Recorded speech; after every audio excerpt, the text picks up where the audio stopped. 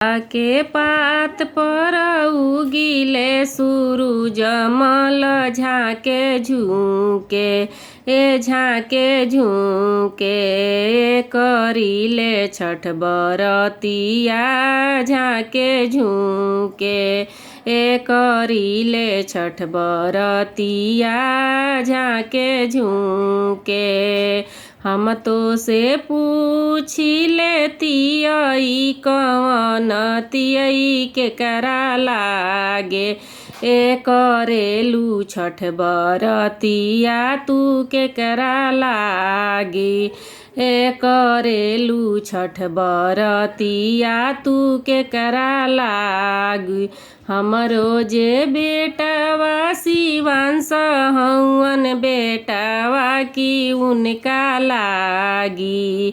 हमरो जे बेटवा शिवांश हवन बेटा की के उनके लागी करिले छठ बरतिया हम उनके लागी करिले छठ बरतिया की उनके लागी।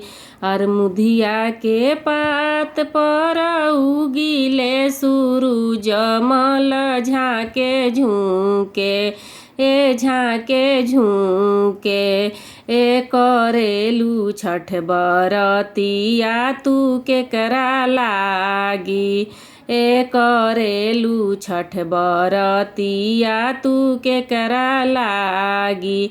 हम तो से पूछिले तियई कवन तियई के करा लागी के करा लागी करेलू छठ बरतिया तू के करा लागी करेलू छठ बरतिया तू के करा लागी।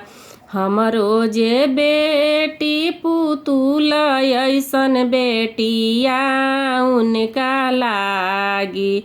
हमरो जे बेटिया पुतुल ऐसन बेटिया उनके लागी करिले छठ बरतिया उनके लागी करिले छठ बरतिया उनके लागी। नारियरवा के पात पर उगिले सूरुज मल झाके झुके झाके झुके करेलू छठ बरतिया झाके झुके करेलू छठ बरतिया झाके झुके। हमरो जे स्वामी कवन ऐसन स्वामी उनके लागे।